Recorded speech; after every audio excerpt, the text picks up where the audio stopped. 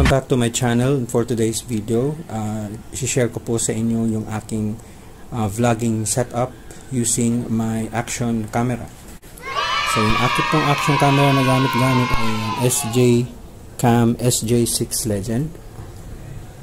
Ayan po. Meron po akong ginawang video review nito tungkol sa best settings ng SJ Cam. Tingnan niyo lang po sa link. Ilalagay ko po sa description. Now, itong SJ Cam ko na ito ay binilihan ko po siya ng lens protector. Ayan.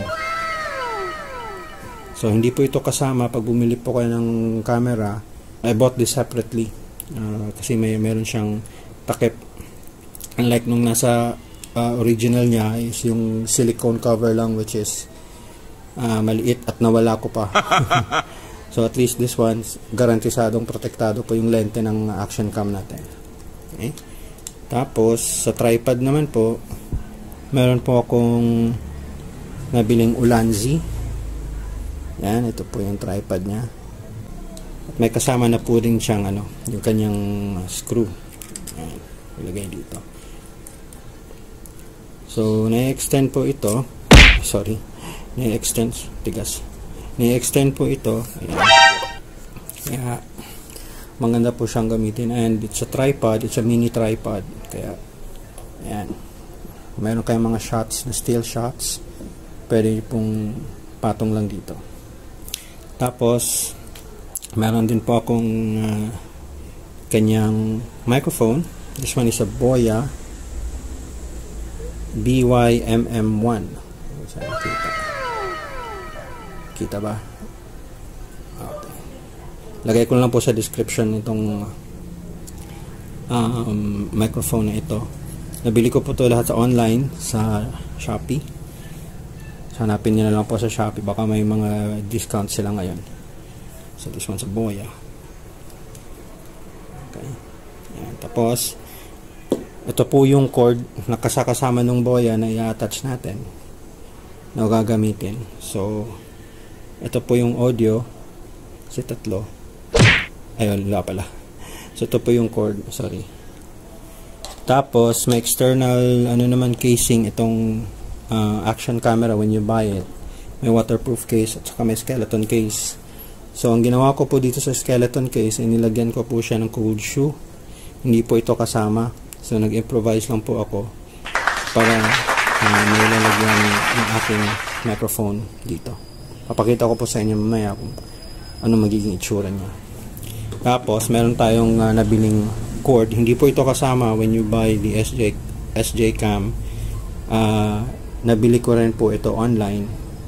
So 2-in-1 na po ito. So dito po yung audio natin isasaksak, and then ito po yung rekta din sa power bank para in case malobat kayo, at least meron kayong ready to go na always ready na backup, power backup. So yan po yung kanyang, sorry, hindi po na nakafocus. Ito po yung kanyang saksakan, yung female, tsaka ito po yung male. Okay, so tara, buuhin na natin. Ang una po natin gawin ay ilalagay natin itong camera sa skeleton case. Simple lang, madali lang naman po. Just slide it through, then ganun nyo po sa hulma nya, and then that's it. Ayun na po. Tapos lagyan natin siya dito sa sa mini tripod.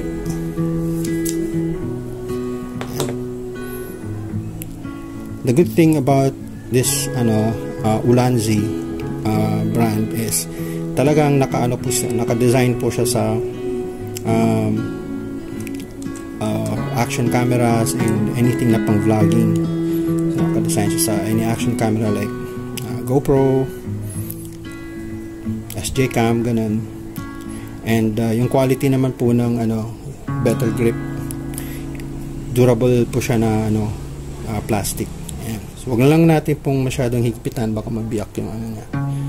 Okay, tapos pwede natin siyang patayong ganun. Ayan. Ngayon ito pong mga cord natin. dito po sa ating boya, sa likuran, ito po yung sasaksak natin. Ito. Okay. Saksak nyo lang ganun.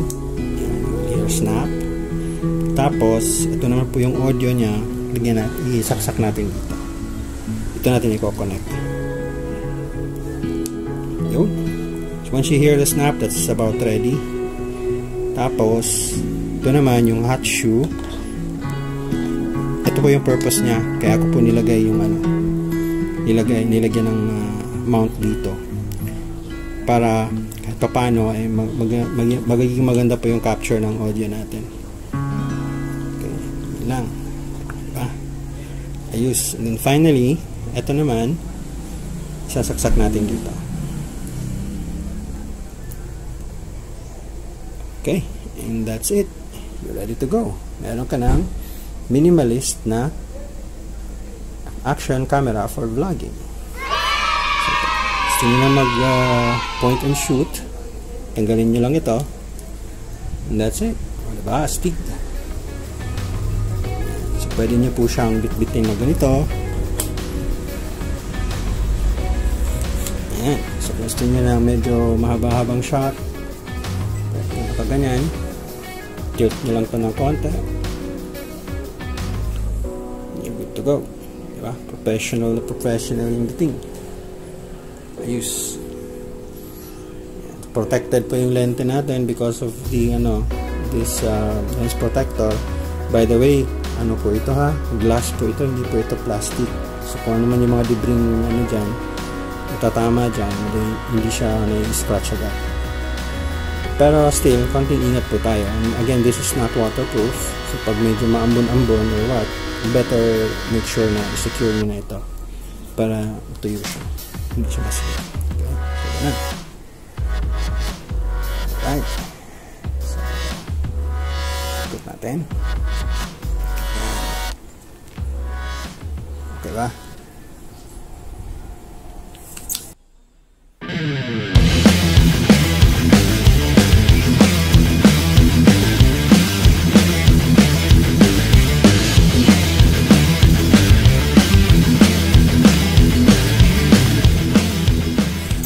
Okay, so I hope meron kayong natutunan dito sa aking video. If you like this video, give it a thumbs up. Tapos share na rin para makita ng ibang beginners na vloggers kagaya ko ang ganitong setup para naman magkaroon ng inspiration.